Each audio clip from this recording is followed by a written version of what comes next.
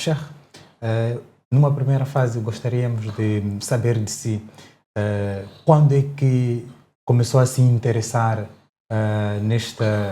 nesta área de ajuda humanitária ou de assistência, sobretudo para crianças e mulheres vulneráveis. Quais foram as razões que fizeram com que olhasse por esta camada e daí começasse a prestar assistência?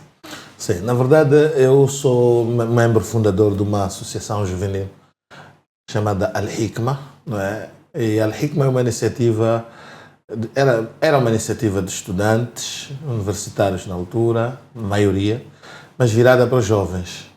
E na cidade da Beira, onde nasceu a iniciativa, e lá nós queríamos apoiar estudantes. A cidade da Beira tem universidades e tem muitos estudantes que vêm de fora. Então, na altura, estávamos mais a pensar neste grupo. Criámos uma associação juvenil e começámos a pensar em o que fazer, conversávamos, reuníamos, mas víamos que o estudante era já atarefado e nós não chegámos a materializar quase nada nesta área. Então, mas pensámos que tínhamos jovens que podiam pensar em algo. Então, nasceu esta iniciativa assim, que nós podemos... Por que não pensarmos na criança órfã? Foi mais fácil, vamos dizer, ter um objetivo para trabalhar. Inicialmente estávamos a pensar no próprio jovem, mas o jovem queria dar para a comunidade. Então, passou a ser uma associação composta por jovens para fins humanitários, não é? Então, é assim que, nos primeiros anos, logo se transformou a organização. Então, a Al-Hikma pensou na criança órfã. E na nossa comunidade, a pergunta era, será que a gente ouve falar da orfandade, mas já pensamos na nossa comunidade como é que é esta situação. Então nós fizemos um estudo, fizemos um censo da criança órfã a nível da comunidade muçulmana. Então na altura, na Beira, os masjids que nós conseguimos passar foi cerca de 22 mesquitas ao longo dentro da cidade da Beira, né? Então na cidade, na zona, na periferia. E fomos descobrir que elaboramos as fichas, todo aquele processo que é necessário e andamos pelas mesquitas da cidade da Beira. Recenseámos cerca de 729 crianças muçulmanas, órfãs, que vivem dentro da comunidade, não é? Algumas com familiares, tios, outras com avô, outras com crianças a viver com outra criança, quer dizer, uma irmã mais velha, 14 anos, a cuidar de outras crianças, 3, 4. Então nós encontramos muitas situações, não é? Então é dali que nós, quer dizer, chocou-nos, mas chamou a atenção aquilo que é o resultado, não é, desse estudo que nós fizemos, de levantamento nas comunidades, é saber que temos cerca de 720 e tal, estavam nas nossas mãos fichas de 729 crianças. Então, aí surgiu então, o que fazer com essas crianças, não é? Eu lembro que o estudo que nós fizemos foi em 2006. De 2006 até 2008 não fizemos nada. Só pensávamos, o que fazer. Então, às vezes, no Ramadã, algumas pessoas enviavam algum valor, um kit para distribuir, aquele zakat, não é? Sim. Para as crianças. Então, nós sempre priorizávamos essas crianças, não é?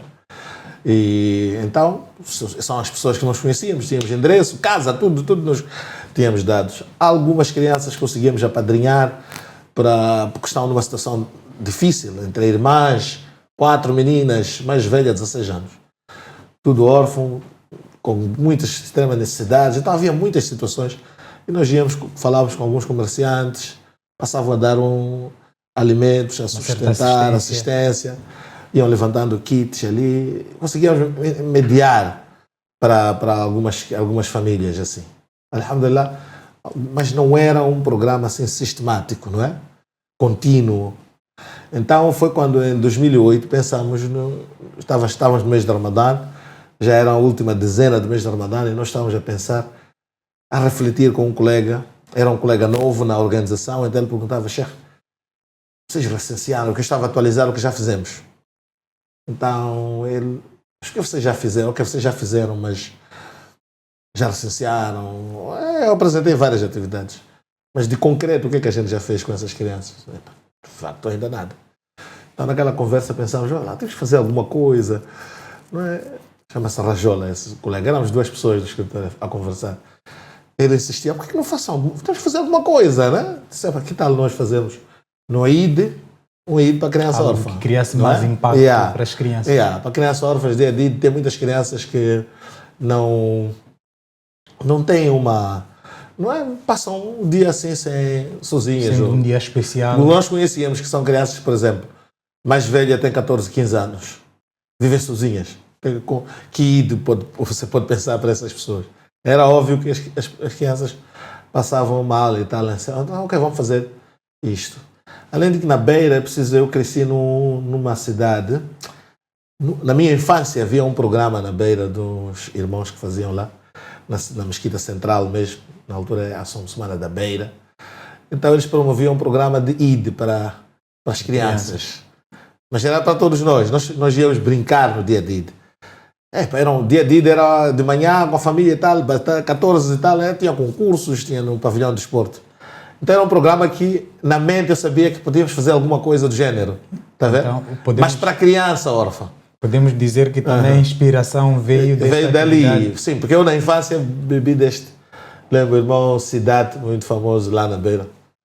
Então ele organizava o programa Xavier Cidade. E nós crescemos jogando, brincando, tínhamos aquele programa de ida. Então, aquele programa para mim nunca saiu da cabeça, não é? Então pensei nisso para crianças órfãs. Por que não fazer um programa parecido àquele que a gente possa entreter, brincar com as crianças órfãs? Então pensámos neste programa, um almoço, um lanche, brincadeiras. Atividades. Então nasceu ali o programa Eid dos Órfãos. Nós fazíamos mesmo no dia de Eid. Desde 2008, foi no Ramadã, Eid al-Fitr, e depois o Eid al-Adha, e nunca mais paramos. Todos os anos fazíamos o programa da criança órfã, do Eid, dos órfãos, durante os dias de Eid. Isto aconteceu até Covid-19. Covid-19 parámos de fazer o programa porque não podíamos juntar em um lugar durante a época. Foram proibidas, interditadas aglomerações. Então ali nós começamos a fazer, por uns anos, alguns programas, até terminar a fase do Covid, nós já fazíamos o quê? As contribuições das pessoas e colocávamos no envelope. Nós fazíamos 500, calculámos assim 500 meticais por criança e nós pedíamos 550, porque 50 serviria para outras coisas, comprar envelopes, transporte e andar casa a casa, toda a cidade da Beira, né? Precisávamos de transporte e tudo mais. Então o peditório que fizemos era de 550 meticais, 50 para a logística e 500 meticais para entregarmos a criança. E fizemos isso, andámos de casa a casa a dar envelopes. Também foi uma boa experiência. Não podíamos ter a festa, mas surpreendíamos as crianças com isso. Para não passar 500 meticais, exatamente. Então, isso também foi a outra forma que nós tivemos de fazer as crianças passarem durante a época do Covid-19 e depois voltamos à nossa forma normal depois da abertura. Continuamos o nosso programa. A única diferença é que nós perdemos um colega, membro fundador da Al-Hikma, Sheikh Adam Ismail, que faleceu também com Covid-19. E ele era o nosso membro que, pessoalmente, na angariação de fundos na cidade da Beira, era muito ativo. E com ele éramos 2, eu e ele, que corríamos com o programa. Ele faleceu. Então, o que aconteceu? Aí nós pensamos ficou difícil continuar naquele molde. Na mesma dinâmica. No mesmo dia de Eid fazermos o programa. Então eu até tive que recorrer à criação do núcleo feminino, não é? Para que esse núcleo feminino assumisse a responsabilidade do programa. Só que as senhoras disseram que nós não podemos fazer no mesmo dia, porque no mesmo dia estamos a cuidar do Eid com nossas famílias. Então pensámos no primeiro final de semana a seguir. Então depois do Covid-19 mudou a forma, não é? Com a ida do nosso Sheikh Adam, aí tivemos que adotar nova forma de fazer este programa. Entrou o núcleo feminino a apoiar. E foi uma boa ideia, porque já conversavam com o Sheikh Adam mesmo em vida, que este programa tínhamos que passar para outras pessoas, né? Não nós mesmos a fazer.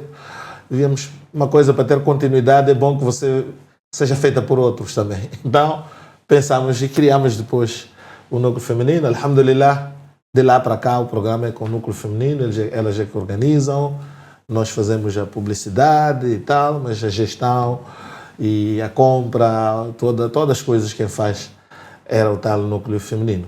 Então organiza o programa aí dos órfãos desde depois do Covid-19. Então, desde que houve abertura, partimos assim.